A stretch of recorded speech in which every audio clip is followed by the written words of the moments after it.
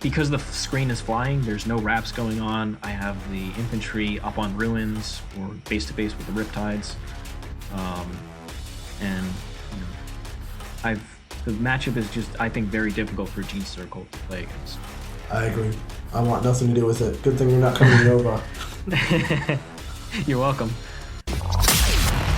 Frontline Gaming presents 40K Stat Center with your hosts Val Heffelfinger and the Falcon. This week we bring you everything you never knew you needed to know about Nova. And then blokes from the Battle of Birmingham show us what it took to be the best in Britain. Finally, we take a date down under as we dive into Eastcon. End of the week to you, Falcon. End of the week to you, Val. How's it been? Well, it's been one hell of a week, and we've even made some time to talk about the events that took place last week. And you're very right. It's been quite the week. I had a bit of a stomach bug. My family kind of all went through it. I spent the night last night with my son on a couch while he removed everything that was inside him and put it inside a bucket, but everything's back to normal now. So, well, I also, had you been in good health, double booked a fantasy draft for the NFL. So I would have bailed on your ass the actual NFL anyway. or I guess a fake one, the fantasy version. Well, you know, I am in the NFL's fantasy football team of fantasy football players. I see. It is like this weird meta thing, like a SART play. It's fantastic. Oh, it's so existential. I don't know what to think. Yeah, I suppose we do have some stuff and things to discuss. Nova coverage with a lot of on-the-scene reporting from people who aren't me, because, damn it, life caught up with me, and I didn't make it to Nova after all. You couldn't bring the tuna to bear. The reality was, it was a tournament too far, unfortunately, in the real-life world of Val Heffelfinger, if such a thing exists. Well, you know, it is what it is. We got a few things we should probably tie up before we get right to the events. Mm-hmm. If you listen to this, guys, you should probably check out the Chapter Tactics Patreon. We're both part of that group as well. They do really good stuff. Give them money. I believe this month, Pablo will be giving away. He wants to give away some of the new Psychic Awakening things, depending on if they get leaked out early. Or if they are not available by the end of the month, he will give away one of the new Aeronautica Imperialis sets. So super cool things. If you become a Patreon, you get put into a draw for that. And I just want to point out that I was having an out-of-body experience yelling at my podcast listening to the last episode of Chapter Tactics. The Aeronautica Imperialis miniatures are, in fact, scaled correctly to work with Adeptus Titanicus. Thought I would nail that one shut for you. Oh, thanks. I was really curious, and by that I mean I didn't think anything of it after the 5 seconds we talked about it on CT last week. By the way, really good episode. Yes. If you want to hear people talk about numbers, which I get to do a little bit, the meta, how Space Marines are going to shape it up. You get to hear Skari talk about why he's a really good Drukhari player. Mm-hmm. Pablo makes a really good point using Pokemon, which I didn't expect. Listen, he's tried so hard for a good, year and a half now to make a Pokemon fact dig in, and I think he finally did it. He did it. And I managed to make all of the Dark Angel players in the world supremely angry at me, and I couldn't be happier. They're just all terrible people. Speaking of things you've been trying to do for a while, so that is a crowning achievement. Real proud of you here. Finally, of course, our friends on the Frontline Gaming Network. We were just talking about Chapter Tactics, but also the new Art of War. They tripped over themselves to get out the Richie Sigler episode that they had already recorded before Nova, and you're going to find out, because of course you don't know what actually happened. Stat Center hasn't happened yet. But you're going to find out why they rushed so fast to get his interview out this week. It is a clinic on how to play Tau in ITC format and others. It's absolutely fantastic content. Definitely check out Art of War on this very venerable Frontline Gaming Network. Awesome. Yeah, it was quite the episode. I already gave it a listen.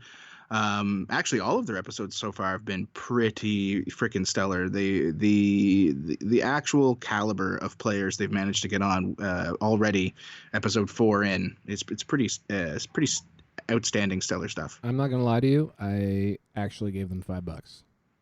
I did it. Oh, really? Yeah, I wanted to hear the second half so badly. So their model worked, at least for this episode and this month, for one guy. So I thought it was well worth it. And lastly, we should probably plug Best Coast Pairings, because without them, we can't do this job. Correct.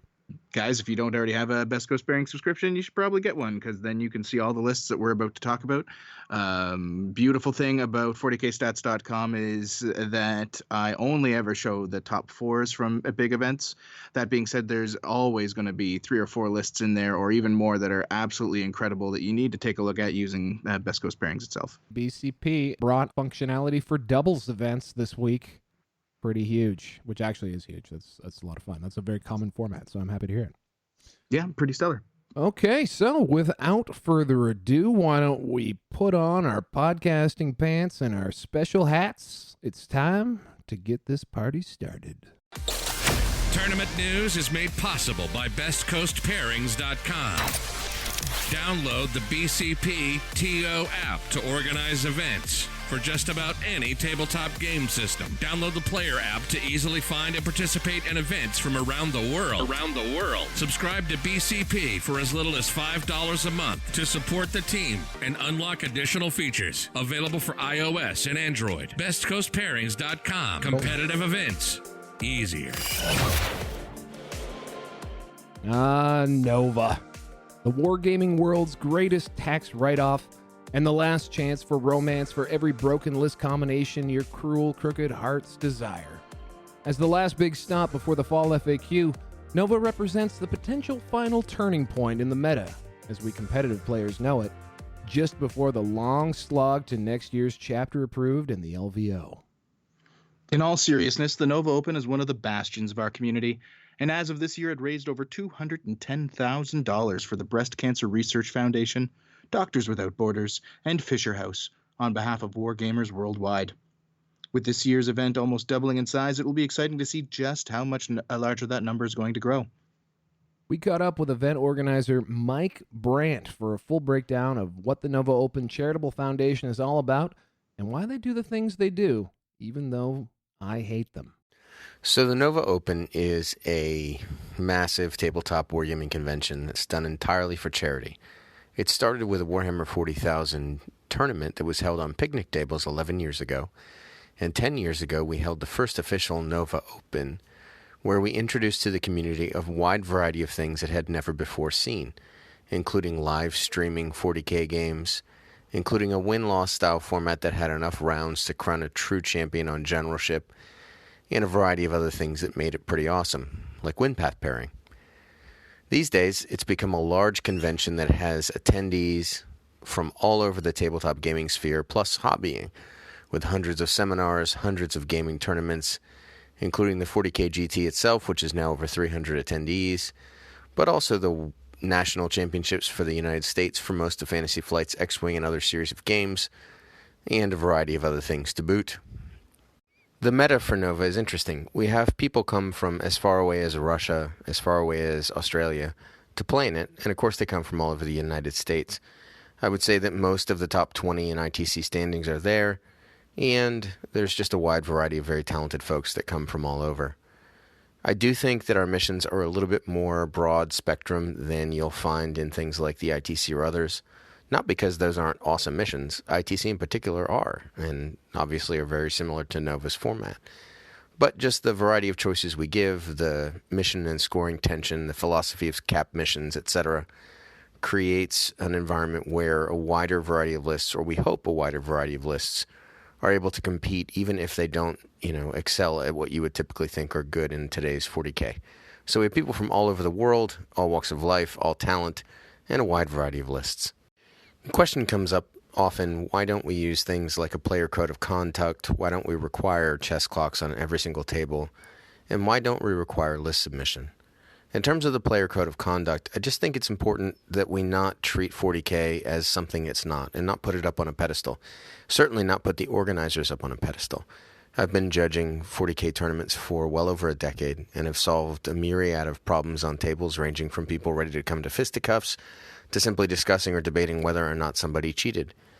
And it's important to note that through all that time, I've never considered myself to be more important or more authoritative than anyone that I'm speaking with.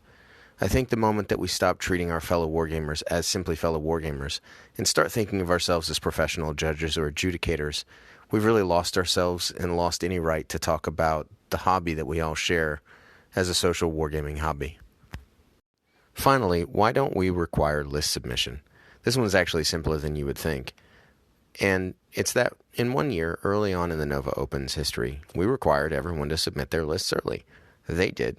And then 10 people showed up at the event with an entirely different army, and a mea culpa that they didn't finish painting in time. Ultimately, even though those players attempted to circumnavigate the system by bringing, quote, the wrong army, the reality is they'd still spent thousands of dollars to show up and to travel from all over the country, or perhaps the world, to play. Going back to my response on player code of conduct, when all is said and done, the people I'm talking to are not lesser individuals who aren't playtesters and don't matter as much as I do as a proven judge. They're just fellow hobbyists who've brought one army and spent a lot of money in order to play. Since none of the armies were released publicly ahead of time, there's no particular advantage they gained by deciding they wanted to play something else, and if I had let them change, I would have unfairly penalized the other people. Now, I don't think it is any stretch to say that Nova was once again a success this year. With the aforementioned almost doubling in size and the great reviews coming from the attendees, it sounds like Mike and his team once again knocked it out of the park. Unfortunately, though, when tournaments get to this size, it is sometimes hard to avoid potential issues or misfortunate events. For example, just prior to Nova opening its doors, it came out that they were ruling that the "they came from below" stratagem for Genestealer cults would not allow units to remain in reserves until after turn 3, something that had been generally accepted as a thing since the GSC FAQ clarified that the units in question were considered to have started on the board. Now, while that did ruffle some feathers, for sure, when the information happened to come out that late in the game, the show did go on. A second issue related to the first sprung up on stream at the Open itself. For context, Nick Rose and Eric Truck were playing a game on stream, and the announcers indicated that Rose had placed a unit of aberrants in a reserve on turn 1 using the return to shadow stratagem, and then forgot to redeploy them the following turn. It looked really bad for Nick, as it gave Eric a pretty dominant board position he would not have had otherwise. However, on turn 3, it was announced that the judge at the table would let Nick place the unit back on the board anyway at the cost of 1 extra CP. The strange ruling, along with some other odd interactions at the table, caused a lot of confusion and outrage amongst the members of the community that happened to be watching. We asked Mike if he could lay out what exactly happened so we can put this whole thing to rest, and he willingly obliged. So, Nick Rose knew we'd made a weird call of some kind about Genestealer cult stratagems before Nova because we ruled that you couldn't come in after turn 3 with one of the strats. So, he quickly asked the judge a question that the judge didn't quite understand and answered incorrectly. But instead of spending 3 CP to put 3 units in reserves, he put 2 and then spent 1 on return to the shadows, thinking he could land anytime he wanted thereafter up until turn 3. When it was found out, Nick was like, well, then I would have just spent the third command point putting him into reserves, and I was going first, so there was no reason for me to do that, which is true. Like, there's zero logical reason for Nick to keep the 1 unit there other than hoping he gets seized on and the unit gets shot, right? So it didn't make any sense. Regardless, the judge screwed up, and he and I talked about the mistake afterward. At the end of the game, when the game was decided, there had been a lot of nitpicking by Nick's opponent that had burned a lot of Nick's time, and both players were cool with the judge helping move a couple of Genestealer cult models into position at the end of the game.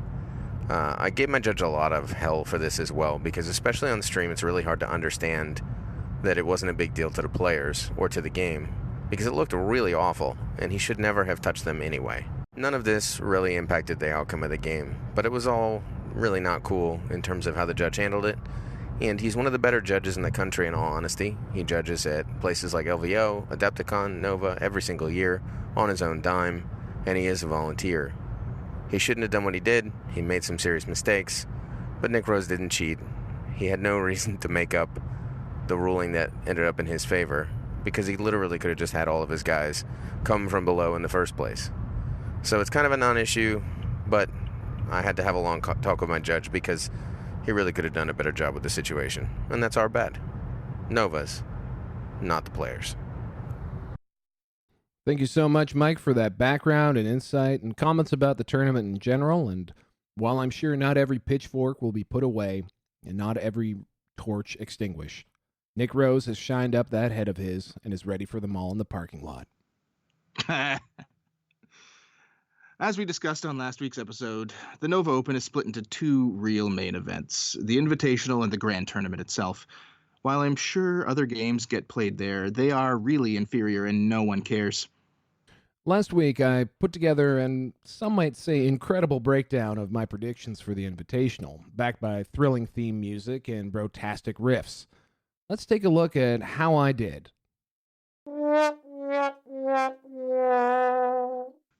That's right, folks. It appears you should not trust us for your over-unders because Val is about as good with a spreadsheet as die-hard Space Wolf players are with basic sentence structure.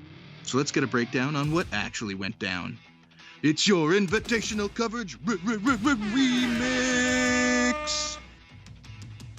Here we go, ladies and germs, children of all ages. It was the battle you all waited for. The rumble in the concrete jungle, the destruction in DC, your Nova Open Invitational. Round one, fight! The champ is here, the champ is here. Tony Kopak applies the killer Kopak Claw and crushes Alex Ng 33-7. The British invasion was real when John Lennon's Golden Army overthrew Alex Fennell's old-time rock and roll El Jari 33-5. Jim Vessel proved to be no vassal as Ben Sherwin was denied 31-21. And Tyler Devise ignores Justin Curtis's cries from the corner, stomping him 33-0. Andrew Gagno? More like Andrew's gone, yo. Dusted 31-11 by Austin Wingfield. Showing great foresight, Juice ghosted, leaving Sam Lucidi to suffer the wrath of Kurt Kloss 30-15. It's a first-round swan song for Devin as Nick Nanavati takes down Devin Swan 33-13. And Chris Blackham might have had a plan centuries in the making, but he still didn't see Shuckman coming. He gets blanked 33-0. Round two. Fight! Hey, Tony, how many stars in Orion's belt?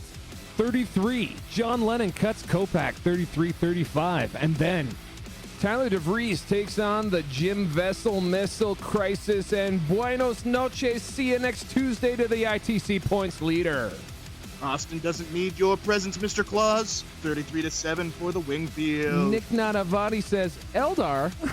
Oh yeah, I used to play that army. Bah, Shuckman, 32-11. Round three. Tyler is crying tears in heaven as John Lennon custody chops DeVries 33-6. And Nick Nanavati must have had a little brown magic in that old silk hat he found, because when he put it on his head, Austin Wingfield went down to Browntown 33-12. Oh yeah. Uh-huh. Yeah. Feel it. Whoa. Round four. Final round.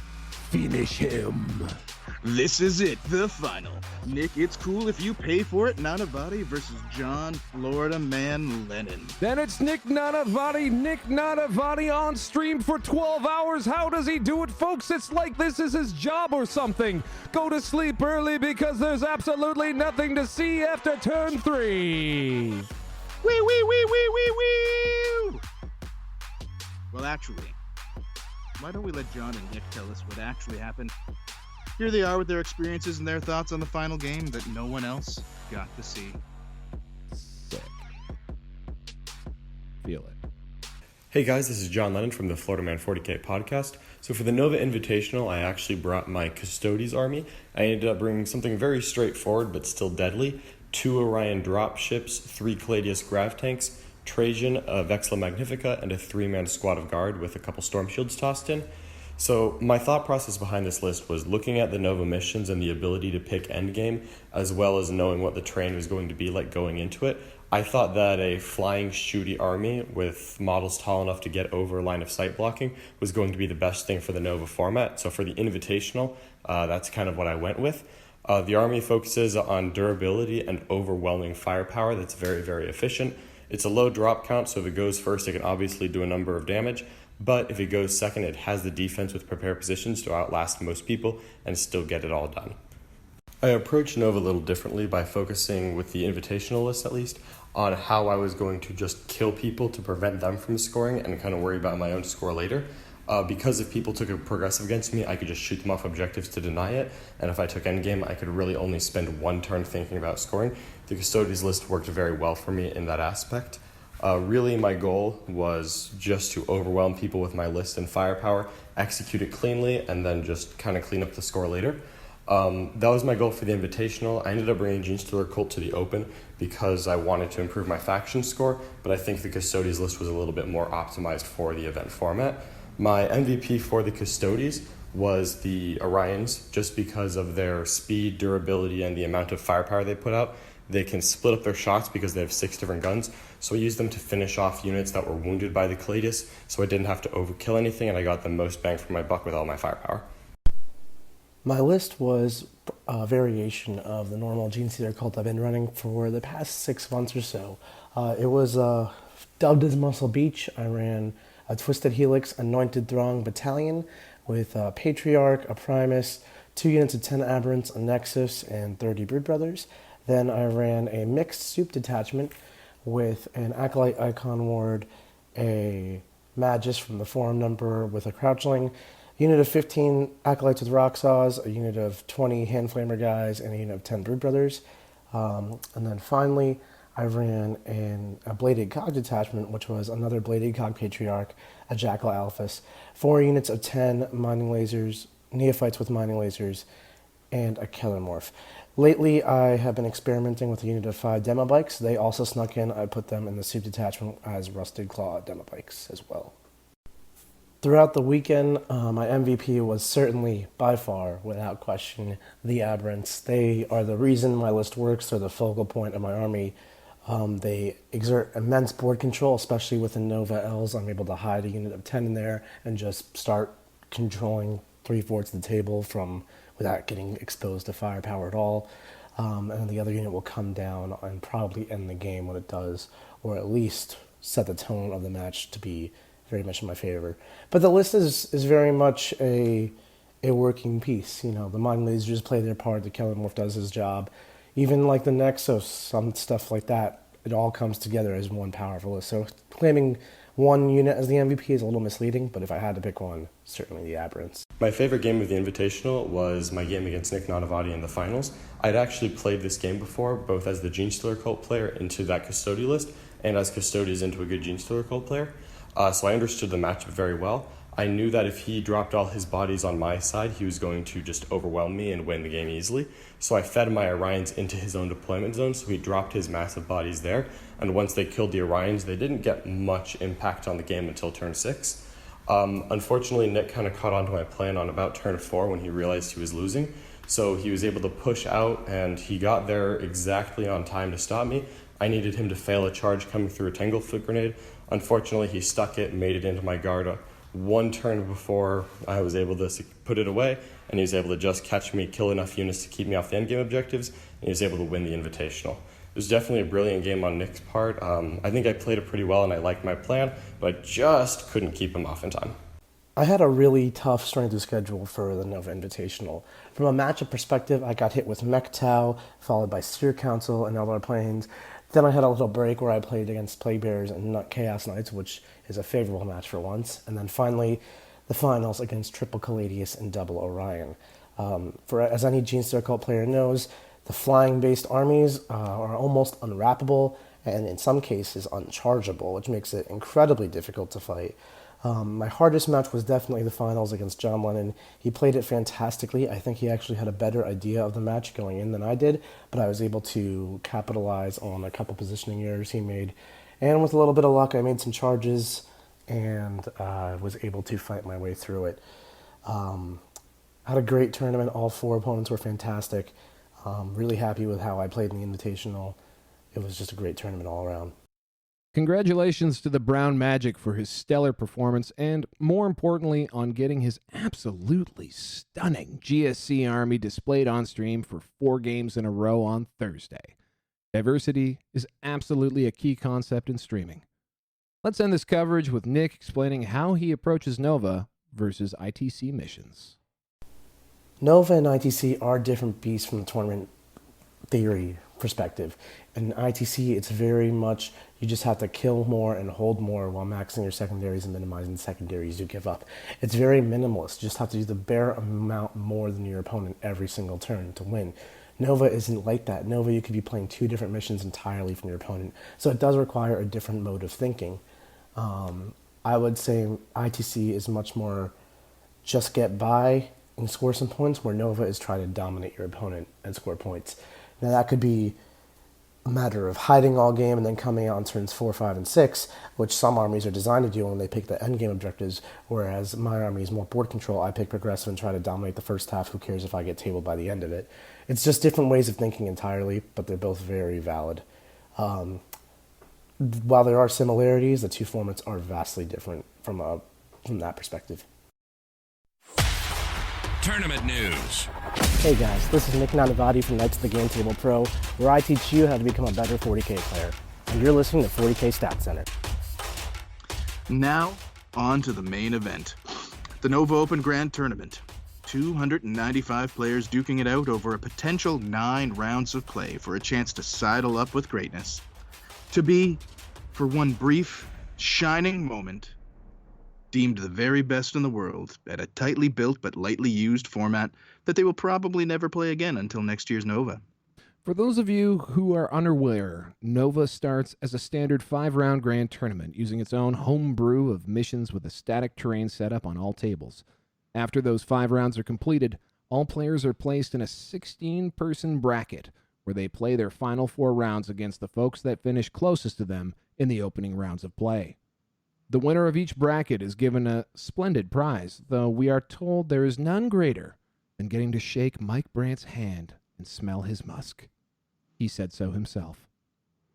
This year, as is the case every year, the field was absolutely ablaze with top-performing players from across the world, and when those first 5 rounds were over, you had to go pretty deep down the brackets before you ended up on a group that wasn't absolutely brimming with top talent. While you had to dig deep to find a set of uninteresting matchups, all eyes, as always, were on the big dogs. The top 16 this year was a cornucopia of 40K personalities and was as notable for the names that didn't make it as for the ones that did. Nick Nanavati, Jim Vessel, and TJ Lanigan all failed to make the top cut despite putting together pretty strong runs themselves. Let's take a quick gander at what cream did indeed rise to the top. First off, we had Anthony the Meadowlark Birdsong and Mark Mad Doc Parker with all the smash-a-guns you could desire. Jeremy the Fort Knox with Skyweavers and Flyers. Justin Cadillac Bandit Lois and Andrew Old Soul Gagno with AdMech, Tank Commanders, and Caladi, oh my. Chris Blackheart Blackham and Nick the Beacon Rose with the Gene Stealer Cults. Richard America's Sweetheart Sigler and Ryan Water-Cased Christensen with Tau. John, let it be, guys. Lennon with Dat Muscle Beach. Alexander the God Machine Fennel with Imperial Knights and AdMech. Dan Debbie Downer and Brad the Beast Arises Chester with even more orcs. John Sack and Strahan McMahon with Chaos Space Marines. Lewis Stewart of the Omnissiah Stallberg and Mark Herald of the Machine Spirit Hertel with AdMech. That's right, folks. We had 4 orcs, 3 GSC, 3 Imperium, 2 Tau, 2 AdMech, 1 Eldar, and 1 Chaos player. Not a terrible spread at all. Particularly excellent for the Gene Stealer Cult players after it was announced just prior to the event that they would no longer be able to remove those blips and redeploy them past turn 3 of the game. While it was a serious blow to those lists, if it had an impact on their success, it's probably for the better given how well they performed anyway. And just how successful were they compared to the field? I think I feel some statistical bees buzzing around that head of yours, Falcon. How about you hit us with some Nova numbers? Crack open those spreadsheets, nerds.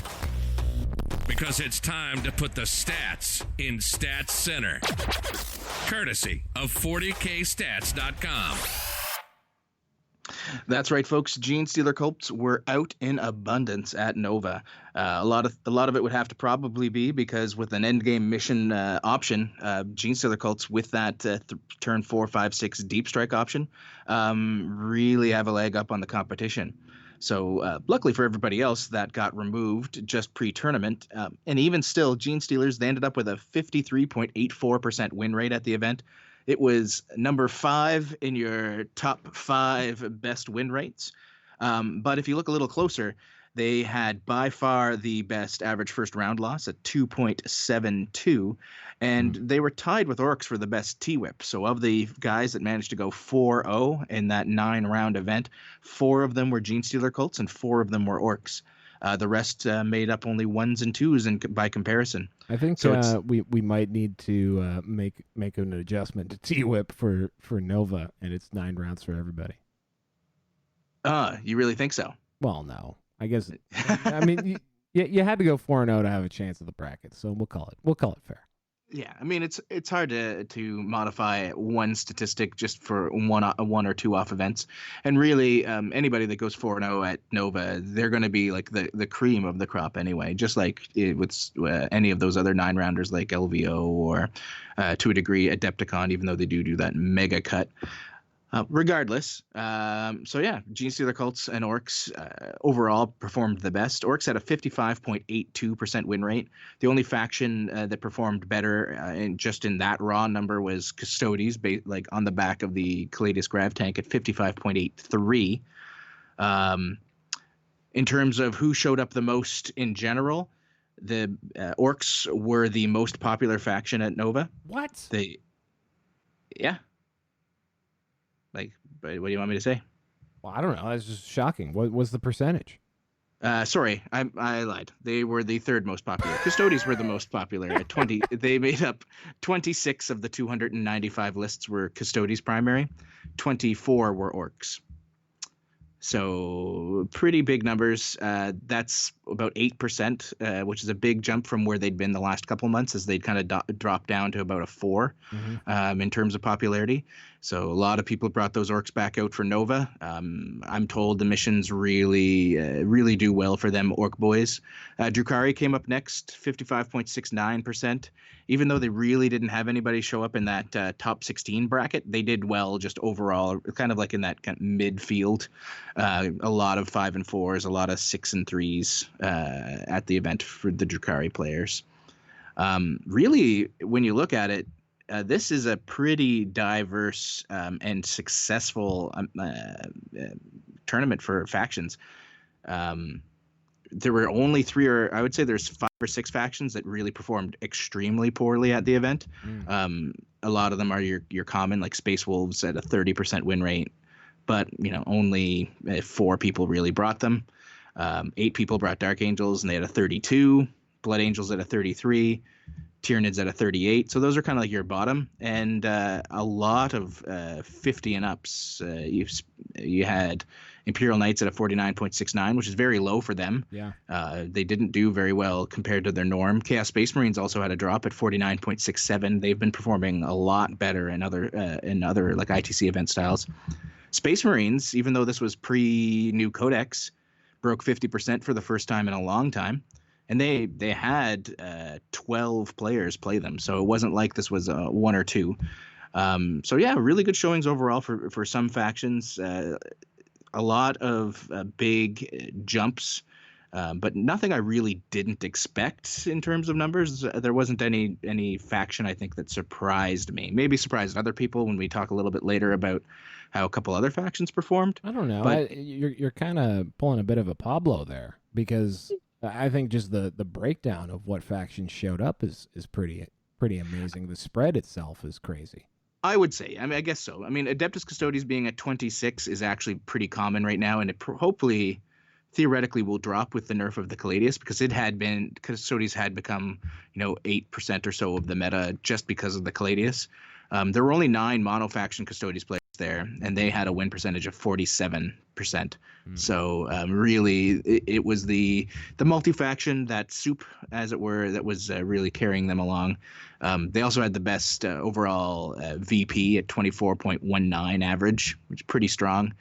Yeah, I mean, then you have your Drukhari orcs. Gene Stealer cults did extremely well across the board. Admech, which I've been kind of talking about as a faction people need to start looking at, as they've gotten better and better, just below Gene Stealer cults, a 53.5% win rate. So yeah, Pretty sweet. I don't really have much more to say about that. If people really want to get at me for the exact numbers, you can always check out 40kstats.com. It's all up there now. If you want something super in depth, by all means, send me an email. My email address is you can actually access it right on 40kstats.com.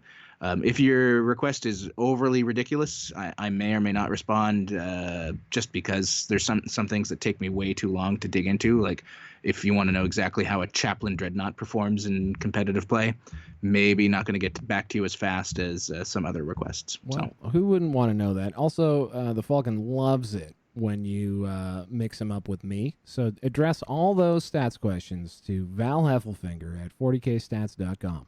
I love Val Heffelfinger at 40kstats.com. And so, our 16 heroes waged a war of wits over their final 12 hours of Warhammer, and when the dust settled on the 8th round, only 2 people remained undefeated: Richard Sigler and Nicholas Rose. Both men had absolutely grueling matches in the lead up to the finale, with Nick defeating the 18 smash-a-guns of the previous undefeated Anthony Birdsong on stream in round 8, and Richard turning his game around against John Lennon by having a single shield drone tank the full force of 20 hand-flamer acolytes and breaking the hive mind's will over its shiny chrome exterior. Let's go over their lists. Awesome. Which one do you want to cover first? Oh, I don't know. There's so many to choose from. We've got Nick's or we've got Richard's. Why don't you do Nick's? I'll handle the towel. Are you sure? You've struggled of late with handling these lists, and by of late I mean always. Listen, dickhead, I think I can handle it just fine. And why don't you just, follow the host and read some lists? Chop, chop. Fine. So we had Nicholas Rose, who brought Gene Stealer cults. His first battalion was a mixed faction one with a 4-armed Emperor Magus, a 4-armed Emperor Patriarch, a bladed cog Kellermorph, a twisted Helix Nexus, 3 10-man Broodbrother infantry squads. He then had a bladed cog battalion with the Deliverance Brood Surge Vigilus Detachment. In that, he had an Acolyte Icon Ward, a Jackal Alphys, a Kellermorph, 20 Handflamer Acolyte hybrids, and then 5 units of 10 Neophyte hybrids with 2 mining lasers and 2 Webbers in each. And he rounded it out with a final Gene Stealer Cults battalion. This one was Twisted Helix with a Patriarch, a Primus, a Clamavis, 10 Aberrants, 8 with Power Picks, 2 with those heavy improvised stop signs, 2 squads of 9 hybrid metamorphs with hand flamers, whips, and rending claws, as well as a cult icon in each. And then he had 2 minimum 5-man squads of acolyte hybrids and 1 more Brood Brothers infantry squad of the 10-man variety. Yeah, okay. There's, I guess, like sort of a Muscle Beach variance list there. Well, it's really more of I would say like a take-all comers style list here. They only has the 1 unit of aberrants. I mean, and they do a lot of work for him. It's got a lot of the good stuff. The big thing for him that you don't see in a lot of lists is those hybrid metamorphs. Mm-hmm. You saw them do a lot of action in his round 8 game against Anthony. Because the big thing that a lot of people don't know or forget about them is if you bring the whips, they fight on death. So if you buff them up to get 4 or 5 attacks each, and then some big old dumb bunch of orc boys runs into them and kills all 9 like they should because they're paper mache, mm-hmm. Chances are 20 to 30 orc boys are just going to get torn to bits and picked up off the table. And that's exactly what happened in Anthony's round 8 game there. He charged a unit of 9 with his orc boys, and they were absolutely deleted. It's a really good counterpunch, and it worked definitely in Nick's favor. It was a huge swing point really early in that game. Yeah, well, that's why the orcs say, shoot the choppy, chop the shooty. So speaking of shooty, what a segue. Why don't we hit up old Richie Sigler's list here? Givered. From the Nova Open, read impeccably by Val Heffelfinger. So all of the detachments are Tausep. We're just getting that right out of the way. The first one is an Outrider Detachment starring a commander in Enforcer battle suit with ATS, that's the Advanced Targeting System, and 3 of the marvelous Cyclic Ion Blasters. You should look them up because you're going to see them everywhere now. 2 Shield Drones and Dark Strider are the HQs there. In the troop slot, he did bring 5 Fire Warriors, also with 2 Shield Drones. There's a theme. In fact, Fast Attack, he had a unit of Pathfinders, just stock, with 2 Shield Drones, a Recon Drone, a Grav Inhibitor Drone, and a Pulse Accelerator Drone. And then he brought another one of that exact same unit. He then had 2 units of 6 Shield Drones and 1 unit of 5 Shield Drones. After that, he had a Vanguard Detachment, of course, starring the commander in a Enforcer battle suit, the triple Cyclic Ion, 2 Shield Drones, and the Advanced Targeting System. And then he was also rocking in this detachment 3 Riptides, each with the Smart Missiles, the Advanced Targeting System, a Heavy Burst Cannon, and the Velocity Tracker for +1 to hit fly. And then finally, rounding it all out, he had 3 Cadre Fireblades, each rocking 2 Shield Drones, and a commander in an Enforcer battle suit with the triple Cyclic Ion, an Advanced Targeting System, also with 2 Shield Drones, and an Ethereal with 2 Shield Drones, all tied nicely together in that Supreme Command detachment. So there you go. No battalion. Light in the command point section. He's just rocking 6 CP there. And it's got a lot of itty-bitty Shield Drone units. Let's see. We got 5, 6. Is it 8? Does it get all the way to 8? He does. In terms of the 2-mans, yes. Yeah. I mean, he's got 40, I believe it's 43 Shield Drones when it's all said and done, when you add all of them numbers up. This list is very similar to one he's been running basically since LVO. Yes. We'll talk about it a little bit later, but maybe we should just get to what Richard and Nick have to say about the lists themselves, as they're the experts. What? But you got to what? All right, fine. We'll kick it over to Richard first. Yes, this was the first time I had been to Nova. In fact, I was able to sneak into the event at the last minute from the waitlist. Overall, the event was outstanding. In my opinion, Mike Brandt and his team did an excellent job in making sure Nova ran as smoothly as possible. And I'd also like to give special thanks to the TOs and judges, especially Phil, Sam, and Justin, who were fantastic throughout the weekend. The key pieces of my list are 43 drones spread over 13 different units, 3 Cyclic Ion Commanders, 3 Riptides, and 4 Ballistic Skill 2+ Marker-like characters. My main strategy at Nova was to select endgame for my primary and then control the board with my drone units and deny as many of my opponent's progressive points as possible while eliminating their key units. I was really hoping to avoid playing against any Plague Bearers, and especially those piloted by Jim Vessel, TJ Lanigan, and Mark Perry, and fortunately I didn't have to play any of them at Nova. My MVPs this weekend were the 2-man drone units and Pathfinder drone units. They were amazing in screening out my opponent's combat threats, most notably in my last 3 games against Genestealer Cult, and they scored me recon points every single game that I played. Hey Val, so I did bring the ETC Grot list to Europe, and it was a lot of fun. I think the big reason why it motivated me to bring GSE, I've been playing the Grots or Orcs probably for 9 months straight, nothing else. And I need kind of a support team to really help play that list, just from deploying, putting models back between different rounds. And so between that and not really wanting to play 300 models, I kind of went back to GSE.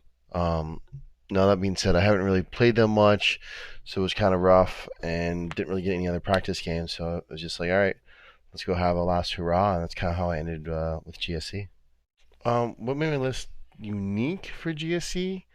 I don't know if it was really unique. We talked about a list, Nick Brown and I in Sweden, when we were together practicing for ETC, and we kind of made some similar concepts of what we were going to play. I really wanted to differ between Aberrants and One Hat Metamorphs because of the whips.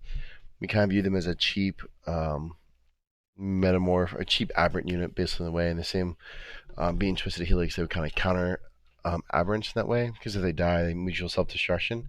So that was kind of the really only design, because we wanted a couple other things in the list, like Acclaim Abyss, which really just help big board control and helping from Deep Strike.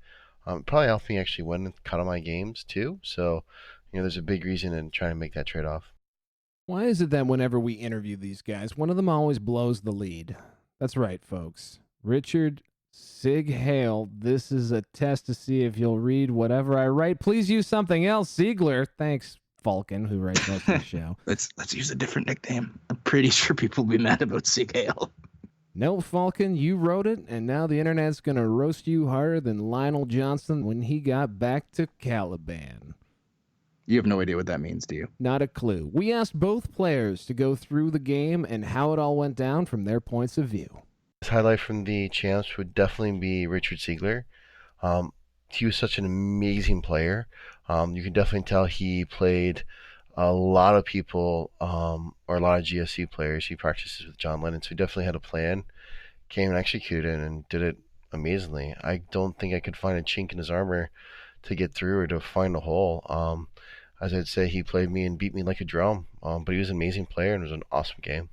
Going into the final, I had just played 2 intense matches against 2 of the very best Gene Stealer Cult players, and now had to face another incredible player in Nick Rose. The stream table has much heavier terrain, making it easier for Nick to hide part of his army out of line of sight turn 1, so I knew I would have to play patient and wait for my opportunity. He chose progressive scoring, and I focused on shooting his units off of the 2 midfield objectives each turn, in order to ensure he would not get more than 2 primary points. Because of that, Nick was forced to play more aggressively, because I was maxing 2 of my secondaries and he needed to get Marked for Death and Headhunter. Additionally, I had my army camped out on the forest because it caused -2 to charge rolls, in addition to the -D3 from the grab drones that I had stationed near the Riptides, so potentially -5 to charges when Nick was trying to send his Patriarch and Aberrants in, and that is why Nick moved his Aberrants through the wall, allowing me to overwatch against them, but it made the charge much more manageable. In the final, there were multiple small swing moments that started to push the game in my favor. One of them was that when Nick started targeting the 2-man shield drone units with his shooting, multiple times a single shield drone would survive the turn and not only get me a recon point the following turn, but also continue pushing and screening his army out, especially the Aberrants, which were waiting in Deep Strike for an opportunity to charge the Riptides. The last thing that I will say about the final is that it was one of the most relaxing games of 40k that I have ever played. Nick and I agreed before the game to play it as a gentleman's game and to let our decisions and tactics decide the winner, rather than a pivotal moment where one of us might forget something critical. The sportsmanship that he demonstrated throughout the match was world-class, and I hope I get the chance to play against him again soon. Now that sounds like one heck of a game and a budding bromance, perhaps. Who knows? And you can watch it yourself on Warhammer TV. If you give them a sub, you can go back and watch their VODs. Or just do what I do and give them the Prime subscription once in January for LVO and once in September for Nova. All right. So, Falcon, why didn't you bring up any town numbers when talking about the top performers at Nova, given that they actually won the event in the end? Well, Val, I'm not really sure that the numbers mattered. So many members of the community have pointed it out. This list really is only designed to win in the Nova format and would do terrible in the ITC. Terrible in the ITC? Terrible in the ITC? Hold on to your butt. You just triggered a hot and heavy Heffaltorial.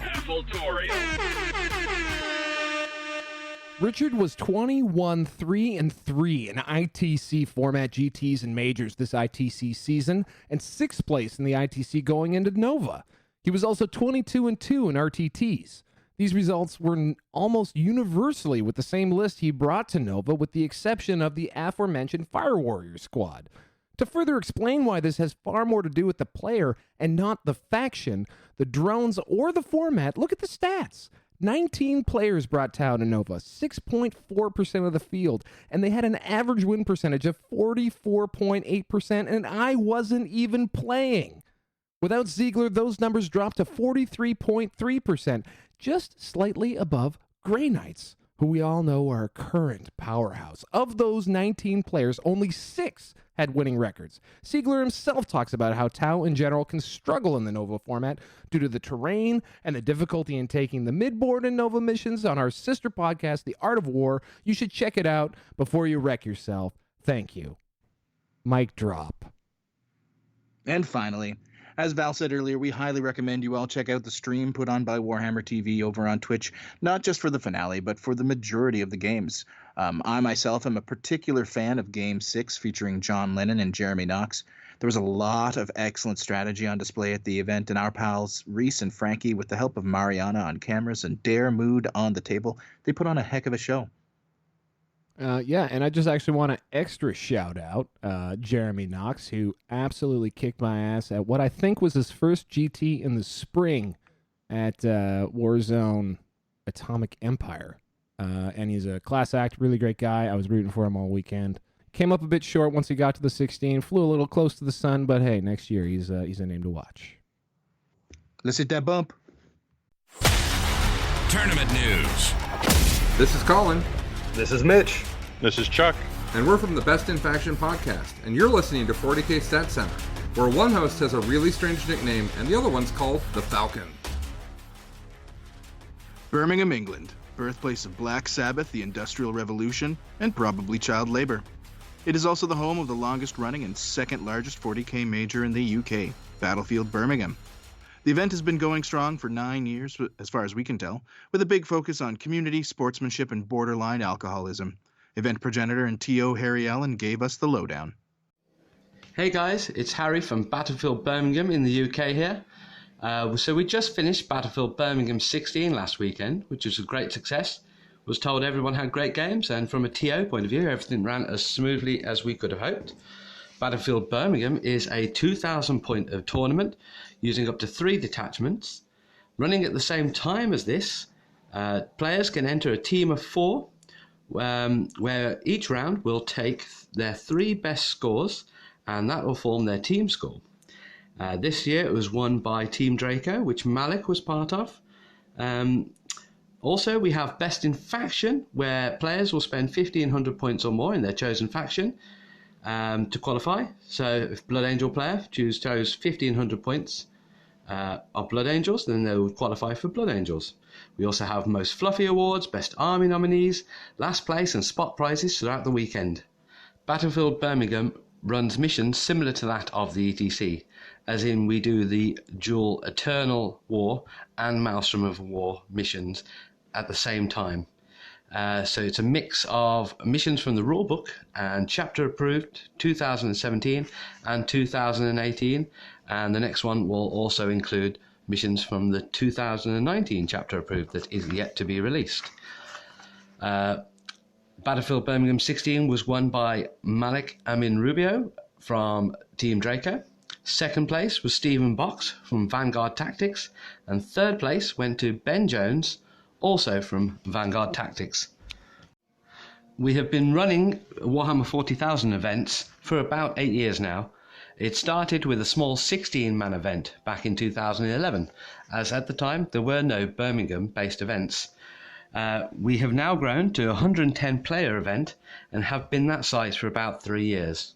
We don't have any plans on going bigger, although we possibly could get about double if the waiting list was anything to go by. I've run the event for the whole of the time, and my co-organiser, Daniel Moody, has been helping me for around 4 years, since we got to 60 players or more. We are based in Birmingham, England. That's next to Cadbury World in Bourneville. Cadbury World is the place where they make Cadbury's chocolate. And we have been there at that venue for around about 2 years. We pride ourselves on having some of the best boards and terrain on the UK tournament scene.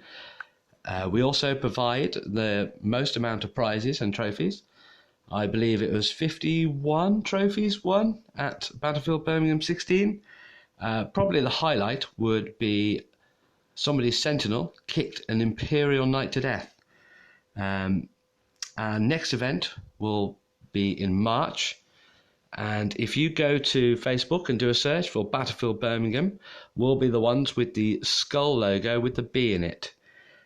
So you can stay tuned for when we drop Battlefield Birmingham 17 in 2020. So until then, stay safe. See you soon. Bye-bye. As Harry mentioned, Battlefield is an ETC style event, though rather than using the 20-0 differential scoring most common to that style, they use a 12-1 scale based on the degree to which you defeat your opponent. This year would see 98 of the 110 players that signed up show up for drinks, dice, and an absolute drubbing at the hands of their opponents. Now, something special about this event in terms of the competitive 40K meta as a whole was that it was the very first major to allow the new Space Marine Codex and the supplements that are sweeping the world of the 41st millennium. The rules and FAQ cutoff for Battlefield Birmingham were just 1 week prior to the event, so a plethora of power-armored fanatics rushed to shove their favorite Sons of the Primarchs into whatever lists they could, and the results were pretty extraordinary.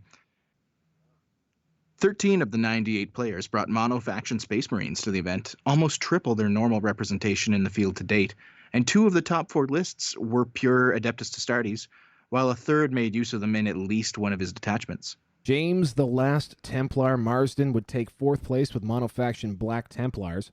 Ben These Ain't Drones Jones would take 3rd place with Eldar Flyer Spam backed by Prophets of Flesh Grotesques. Stephen the Drop Box would take 2 with monofaction Ultramarines, and Malik the Dream Amin Rubio would eventually take it all with a mix of Custodes, Guard, and Ultra Smurfs. We managed to catch up with Stephen Bach's mid-protein shake and somehow got him to give a rundown on how the event and his list went. Before we cut to him, though, let's just take a quick look at his list. Now you'll have to give me a quick minute to pull it up. So for Battlefield Birmingham 16, Stephen Bach brought a Ultramarines battalion with a lieutenant wielding a mastercrafted bolt gun, a power maul in the new Seal of Oath relic, and Marnius Calgar as his warlord. He then had a 10-man intercessor squad with bolt rifles, 2 5-man scout squads with bolt guns, a repulsor with the full Gatling cannon loadout, not the las cannon or las Talon loadout. He then had a Vanguard detachment of Ultramarines with Chief Librarian Tigurius, a 5-man aggressor squad with Boltstorm gauntlets, and a 3-man aggressor squad with Boltstorm, and an Invictor tactical war suit. He topped it off with a final Spearhead Ultramarines detachment with a run-of-the-mill chaplain wielding a jump pack and power fist, a Relic Leviathan dreadnought with the double storm cannon arrays, and 2 Thunderfire cannons. Hey guys, Stephen Box here from Vanguard Tactics. Now, I believe this was my 4th time attending Battlefield Birmingham, and every time prior I've kind of gone 4th or 5th with a 4-in-1 record. It's a 2,000 point, 5-game, 2-day event, ETC style mission. Now, the organisation is absolutely fantastic. The event always runs really smoothly. The terrain is beautiful, and the atmosphere is fantastic with a really good high calibre of players. And everyone really kind of does their best with the hobby side of things as well, which is also great to see. Everything's, beautifully painted, and, people really do take the time and effort to kind of bring that side of the hobby, which is absolutely fantastic. And I've always had fantastic games there amongst so many different players every time I've gone. So it's a really, really fantastic event. So I decided to take the new Marines for a few different reasons, really.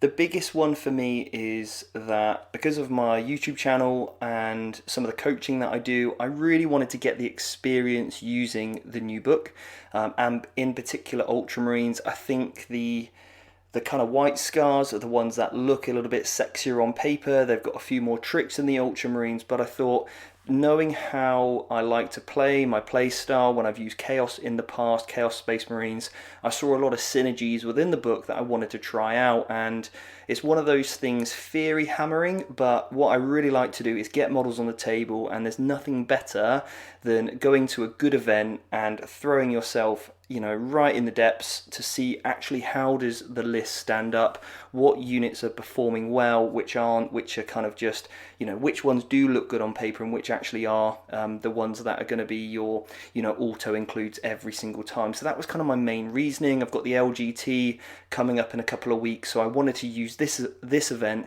as a bit of a test run to see how well that list could perform at the LGT and then SoCal and maybe at LVO later on this season. So there's some big events for me lined up, and for me, I'm now just putting in the groundwork and getting those reps in, and I thought this would be fantastic. So one of the biggest things that I did was I looked at the Ultramarines Codex and looked at first of all the tactical doctoring, that is the Sons of Guilliman or whatever it might be, Scions of Guilliman, and their tactical doctrine for me was something that I thought, how am I going to leverage this? How am I going to make the most of it? And that's exactly how I created the list, was using those units that are going to benefit most from that. So essentially, when that unit is stood still, when that unit moves, when you're in the tactical doctoring, then you are counted as stationary, which is why aggressors, basically my MVP of my list, they were put in there to move and then double shoot, so the weight of fire is absolutely fantastic. So they really managed to put a work in no matter what it was that I was facing, and then even that has a good carryover to some other units as well, like the Leviathan Dreadnought did brilliantly to be able to move, and whether I'm spending a CP to put him on his ignoring the penalties for moving and shooting, or if he's in the tactical doctrine he counts as being stationary anyway, it just means it increases his threat range. So I was able to use the cover really well, hide him, keep him out of line of sight, and then only bring him out when's needed. And the biggest thing for me was understanding and controlling the game with those kind of units, and that was kind of what I really put a lot of emphasis on in the list, in controlling the board, in the tempo of the game, and that's, I think, what did me well over the course of those 5 matches, no matter who I played, because I did play such a big variance in armies, which is actually great for a test run to see what units are performing really, really well. So without a shadow of a doubt, the hardest matchup for me was the 3 Tyrannus Knight list. It's one in which, because of the Marines only have kind of a lot of strength 4, a lot of strength 5 shots, it is weight of fire that bring these guys down, and then obviously combat, but it really puts an emphasis on the deployment and the movement phase and making sure that your threat ranges are correct, in really waiting for that point in which to strike and knowing when you should pick your fight, and I think that's the real key there. So that was certainly the hardest matchup. The hardest game though was actually Gene Stealer Cult, because it certainly meant that I couldn't be as aggressive as I was in previous games, and I really had to hunker down. And in ETC that's not really something that you wanted to do, and unfortunately I met Gene Stealer Cult at the worst possible time in the tournament, which was actually my draw. So I won the game 24-22, but that's counted as a draw for this this tournament. The game ended at 5, unfortunately. I think he had about 2 characters left and 1 set of mortars. If the game goes on, then that becomes a much bigger win, because I'm at all the I'm on all the objectives at that point. So killing the army wasn't the difficult thing, it was outplaying it based on the mission. But the thing that was the biggest tipping point, unfortunately my warsuit got wrapped. He rolled like an 11-inch charge, wrapped my warsuit that was on an objective, and essentially the thing that turned the game around was me charging my repulsor into that unit of Acolyte hybrids with 8 rot saws, because if I didn't, then what would have happened was the Acolytes would have piled in and killed my warsuit in my turns, which meant he could have then consolidated 3 inches, then moved, and then charged into my line to potentially cast, the power to ignore. So I couldn't basically overwatch. So, charging in my repulsor basically meant that what would happen now was that unit would kill my warsuit, and then it also meant that he could not fall back in charge when it come to his turn and stuff, and he was basically locked in combat with my repulsor, and then he had to bring down another unit of acolytes to deal with that. So that meant when both of those units both died, I could then use all of my firepower, and I picked up 40 acolytes in a turn, and that really changed the game. And I was able then, once I neutralised most of the threats, to push on and start grabbing the rest of the board. So my MVP for the event had to be the Thunderfire cannons. their tremor shells, I was really able to pin a few units in their place when I played against the Demon Horde. I was just able to stick the Thunderfire shells or tremor shells on those Plague Bearers, so they were sort of half moving, advancing and charging, which just meant that his characters and those Demon Princes had nowhere to go, and I could deal with them. Gave me a couple more turns extra shooting, so they were absolutely fantastic, fishing out units in buildings, and then also the aggressors doing a lot of the heavy lifting. A lot of people really underestimate their fire output and then also their combat ability as well. So yeah, for me, those are my two standout units. The Warsuit, I'll be honest, I really wasn't impressed with, and he's certainly something that I'm dropping for future games. He looks cool on paper with the redeploy strat, but I think sometimes when you get too tricksy with a list, you're trying to look for all these clutch little moments. Often they rarely come up, and really what wins games is consistent play in managing absolutely everything, whether it's your objectives, your secondaries, the primary mission, focusing on that with your buffs, your auras and your abilities, and relying on what the units that you know consistently perform well, they're the ones that are going to win you the game, not a fancy stratagem. So what are my thoughts on the new book? Well, for me, like I said earlier, the strength really relies in understanding game tempo, understanding how to, speed up and control the game in regards to how many units that you're losing and how many units that you're killing. So for me, there's no single unit that is absolutely groundbreaking. It's all of those things coming into harmony with each other to buff and, provide protection to each and other unit is absolutely fantastic. So yeah, for me, that's really where everything comes down. Not many people took out my Leviathan. I think I only lost my Repulsor like twice over the tournament, but the intercessors there, the aggressors, they stand the test of time, which is absolutely fantastic to see, with the scouts being able to move, block and grab objectives just for a little bit of nulling deep strikes and all that kind of good stuff. So it's all there and it works together, which is absolutely what I love about the army. And I think it's really underestimated.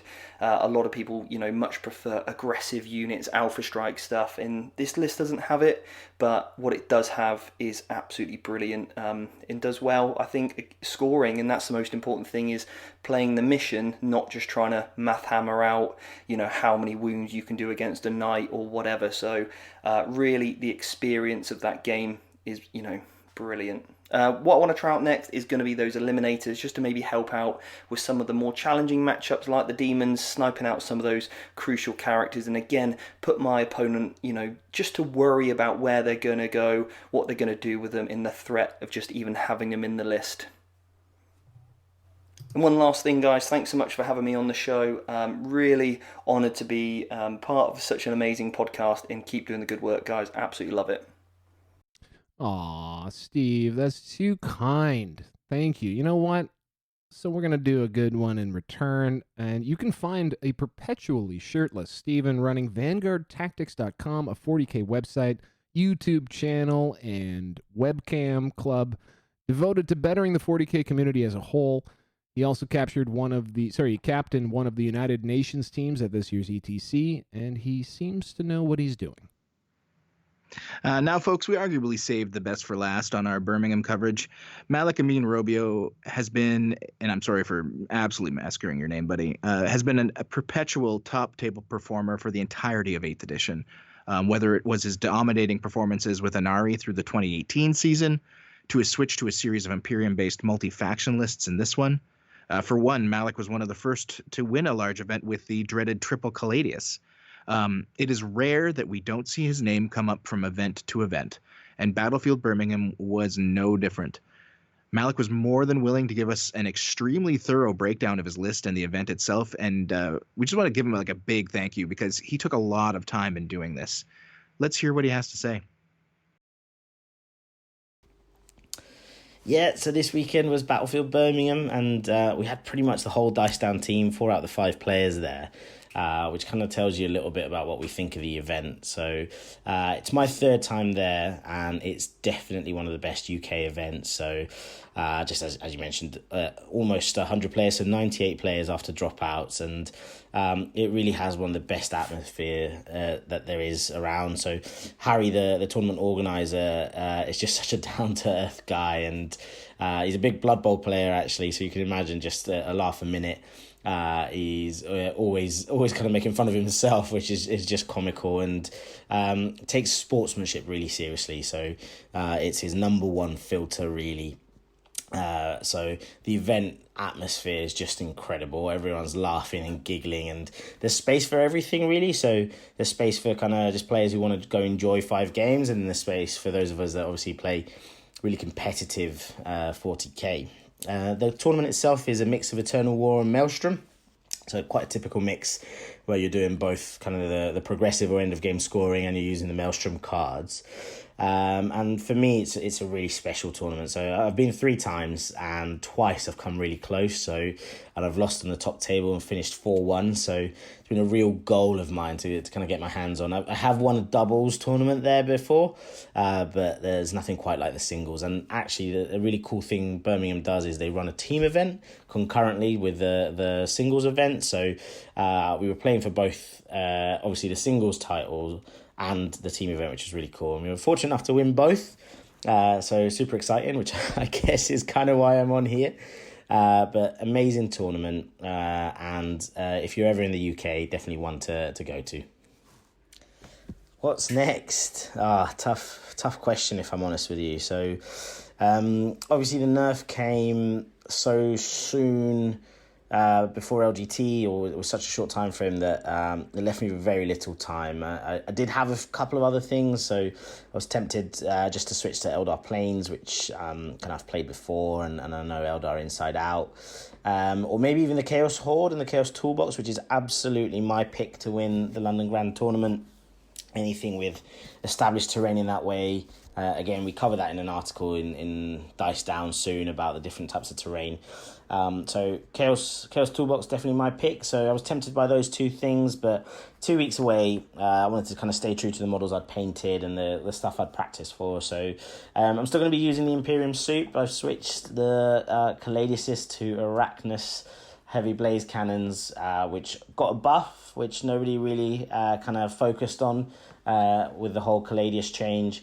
So D3 plus 3 damage.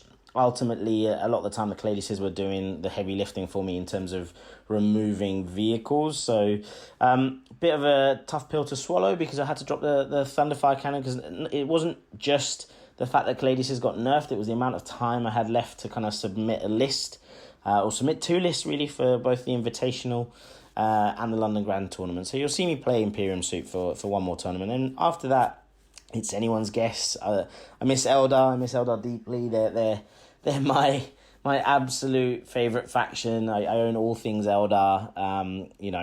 It's a really sad story for me, Yanari, and not being able to play them. But I've shown this season that I can play something different and still win. So I've gone to a few events. So won 2 events with Knights, 3 events now with Imperium Soup. There's 3 or so majors mixed into them. So I'm not sure, but hopefully still something that helps me kind of compete at the top of the game. And we'll see. I mean, the marine stuff is super interesting. Like, if you'd asked me kind of 6 weeks ago before the Codex whether I'd ever consider marines, I'd tell you were fantasizing. So, I really enjoyed some of the war suits, and I think with a bit more time, there's definitely a build in there for mono marines. So I'll definitely look at that. Or who knows, I might just go completely the opposite way and get into a horde, which I haven't done yet. So it's exciting for me, if I'm honest with you, being able to kind of change it all up. But September FAQ around the corner, probably won't change much until then. And then my season really kicks off after LGT. So I got Amsterdam and some London tournaments and Element Games Grand Slam. So big UK tournaments. And this year I am heading to the LVO. So we'll see. It's all a bit of a road to there. Sadly, I wasn't able to go there last year, even though I was ranked 5th in the world just before it, so I wasn't able to defend that ranking. So that's kind of the plan. So we'll see. Yeah, our MVP is hard to pick. So I write my lists to make sure that everything is causing the opponent damage, and he's got a real difficulty deciding what to pick. You will have read it in lots of different blogs, that kind of stuff, and certainly in our Dice Down articles and some that are not yet released to come around list building. I'm all about threat saturation, even if it means I sometimes give up board control. So list MVP is quite hard, but I have to say, kind of the Scorpius combo did some ridiculous things. At one point, in one shooting phase, it did 23 wounds to a knight, which was just ridiculous. So basically, when you pair it with a Space Marine relic to reroll all hits and wounds versus one single chosen target, that's just insane. But my list MVP is always gonna be my Punisher tank commander. He's just always good. Being able to use the Vestroyan strat on him, making him BS2, all of a sudden starts threatening even things that are -2 to hit. So even kind of Harlequin bikes, which have got lightning fast reflex on them. When he uses Vengeance for Cadia, he's harming Chaos in all sorts of ways, whether it's the Horde or the kind of the even Knights, really, when you pair him with Old Grudges, which I often do. So the Punisher tank commander never lets me down. It's the first time for a little while I've gone out with just one and not two, which makes me feel a little bit nervous. But that's definitely my MVP. I adore him, in particular because he's painted gold, which is my favourite thing in the world, and Alex hates. So kind of my partner at Dice Down is not a keen fan of it. So the more I can paint gold, the more they'll go into my lists. Oh, this is a tough one. I had 3 really tough games that were kind of in the balance, and a real laugh throughout. Actually, I feel like I kind of drew the lucky straw and managed to get lots of really good opponents. But aside from the final, which is always a laugh because I was playing Mark Crumbleholm, who's a regular tournament winner here in the UK. I think my favourite game must have been Mike Costello in game 4.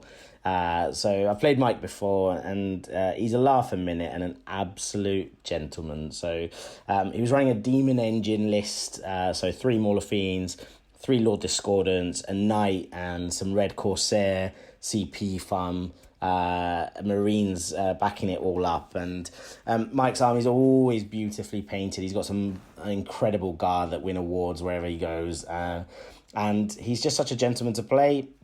You know, we were playing game 4, table 1 or 2, I can't even really remember. And we just played it in the spirit that you want to see top level competitive play. And hilariously, game 3 had actually been seized on. So somebody, my opponent in game 3 had put everything on the line, even though he was going second, proceeded to seize and give me a really hard game. And I was obviously complaining about it to Mike. I was saying, please don't do that to me. And lo and behold, I win first turn. I deploy my army. Mike puts everything on the line because obviously what else do demon engines do? And seizes on me. So I've got very quickly 3 Mauler Fiends and 3 Lord Discordants in my face with a Knight shooting me. So real tough start to the game. I spend the first half just sat in my backfield trying to keep these demon engines off me. But fortunately the guns on the Caladiuses and on the tanks are all made just to remove that kind of stuff. Vengeance for Cadia off the guard, even the Punishers weighing in, just tearing chunks out of Mauler Fiends. So really fun game, amazing player, what a gentleman. And really cool army, hyper pressurized. Again, his army's a little bit like mine. It's all threat saturation. What do you want to kill, the Mauler Fiend or the Lord Discordant? They're all going to hurt you once they get into your line. So love that game. So my list, there's a real story behind my list just before I get into it. So I was all prepped with what I wanted to take to Birmingham, which was something to really win the event, but at the same time, probably a list I was going to take to the London Grand Tournament, one aspect of it at least, either the Invitational or the main.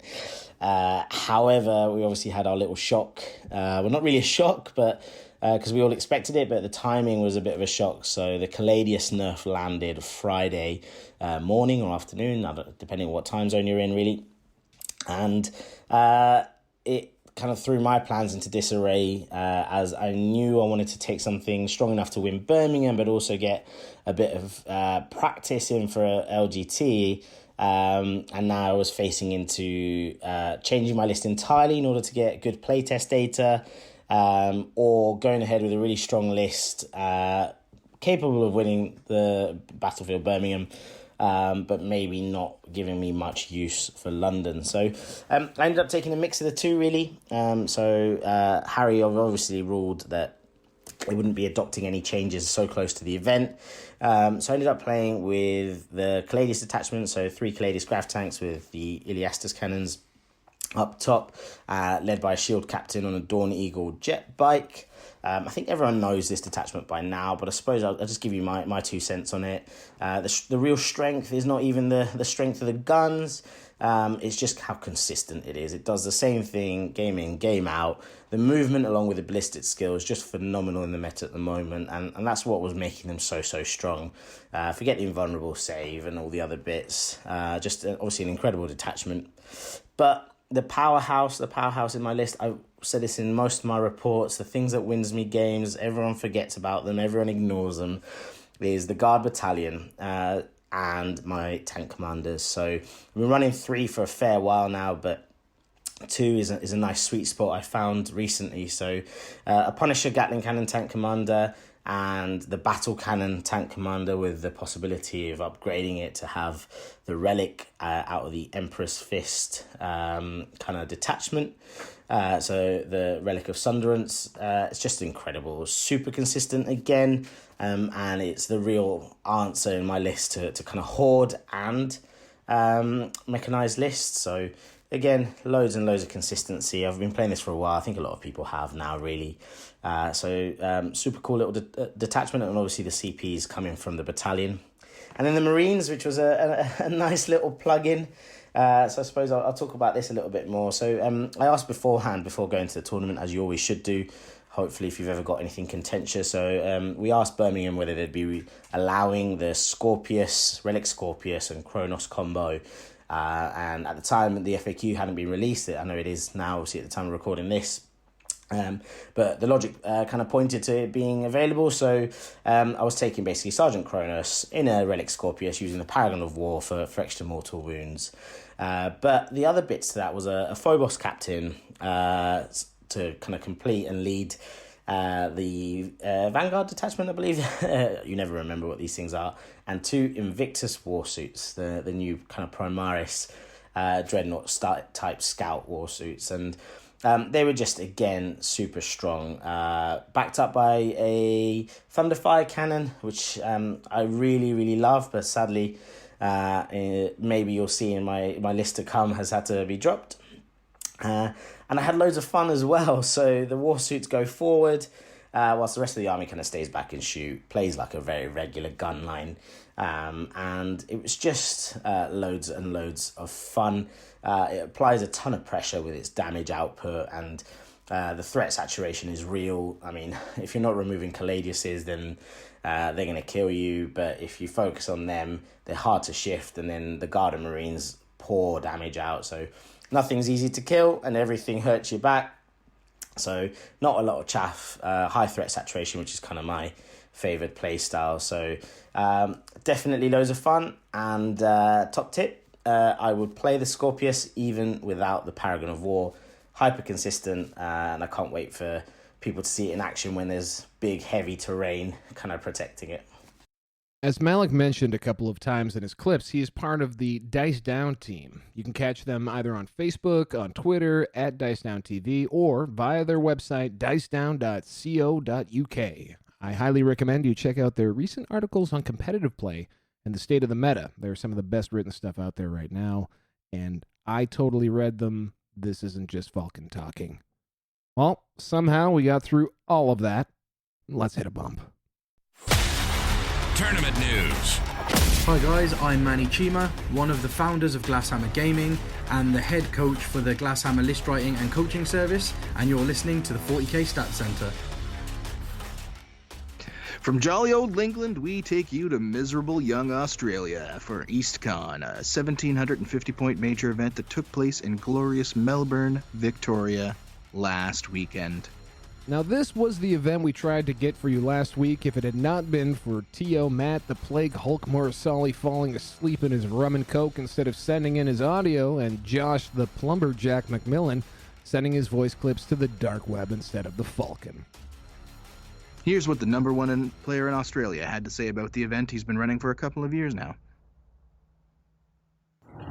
Eastcon is one of Victoria's more long-standing competitive events. It's been running for the last 9 or 10 years, as long as I've been in the tournament scene for, and beyond that. I took over the reins of the event last year after the previous TO was sort of getting out of 8th edition, and a lot of people wanted the event as we have an institution to continue.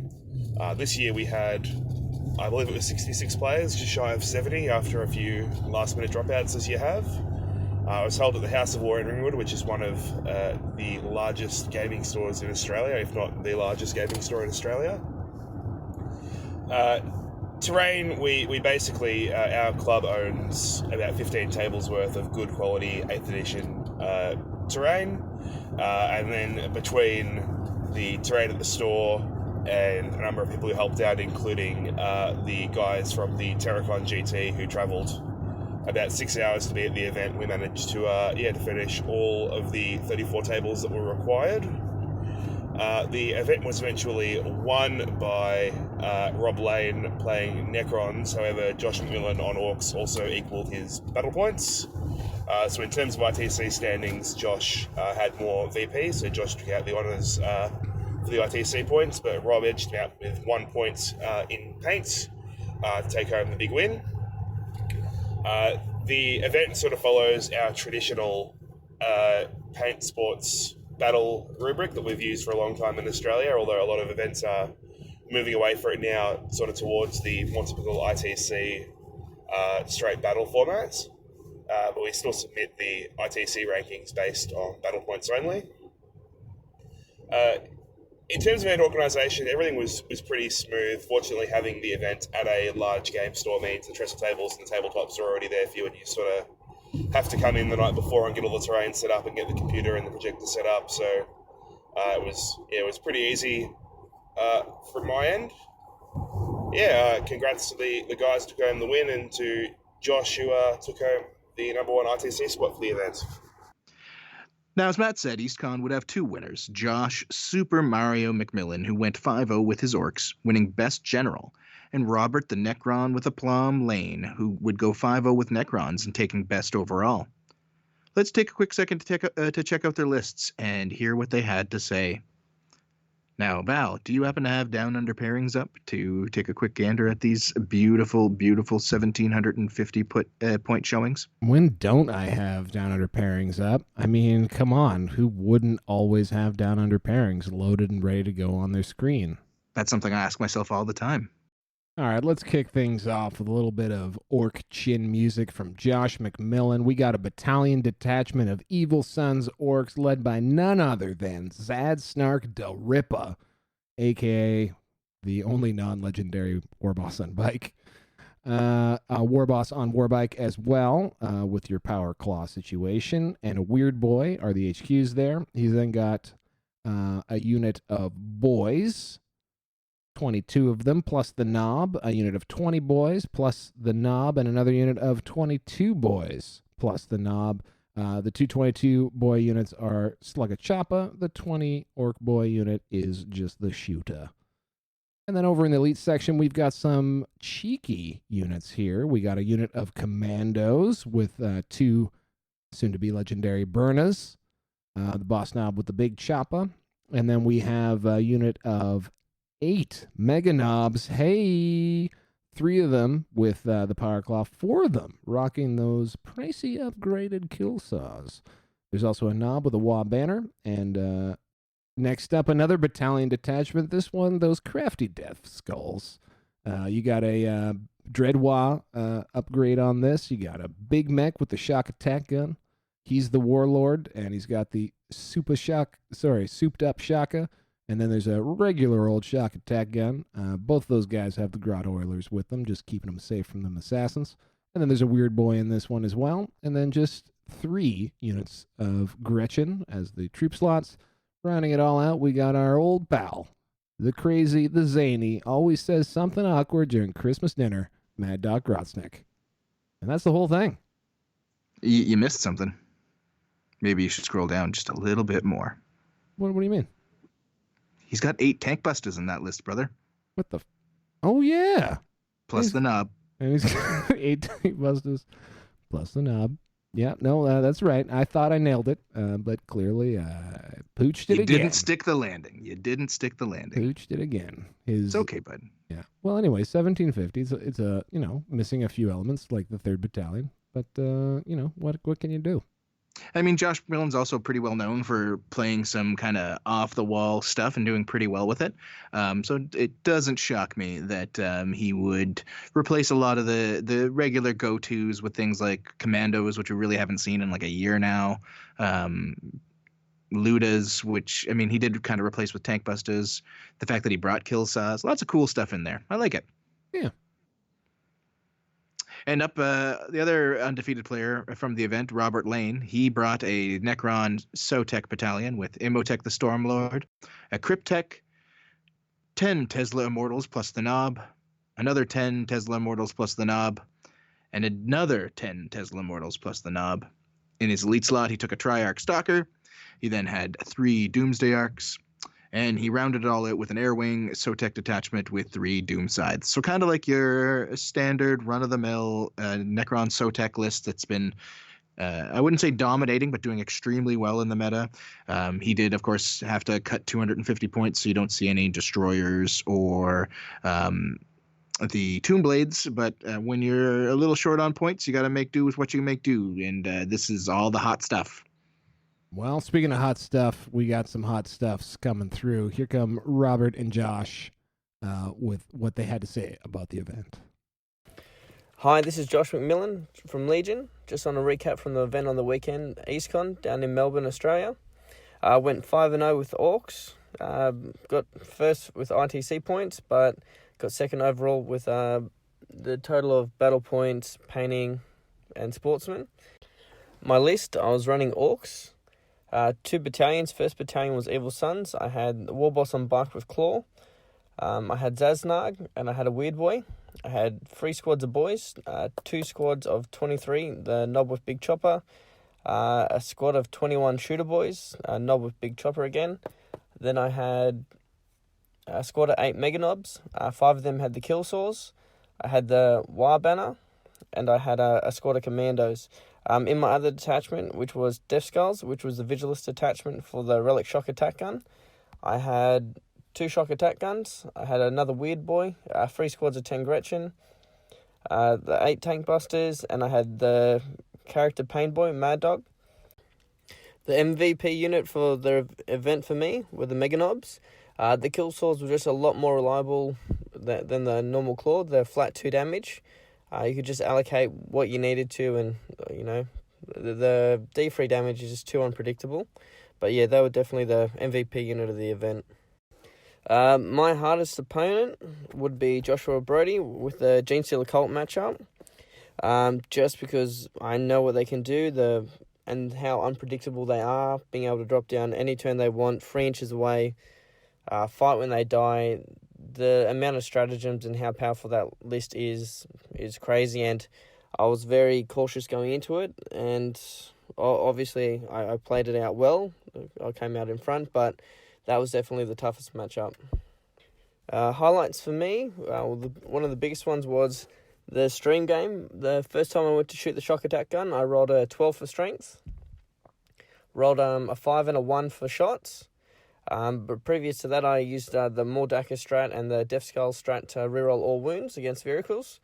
And then I went on to CP the 1 that I rolled for the amount of shots and got 11 shots in total.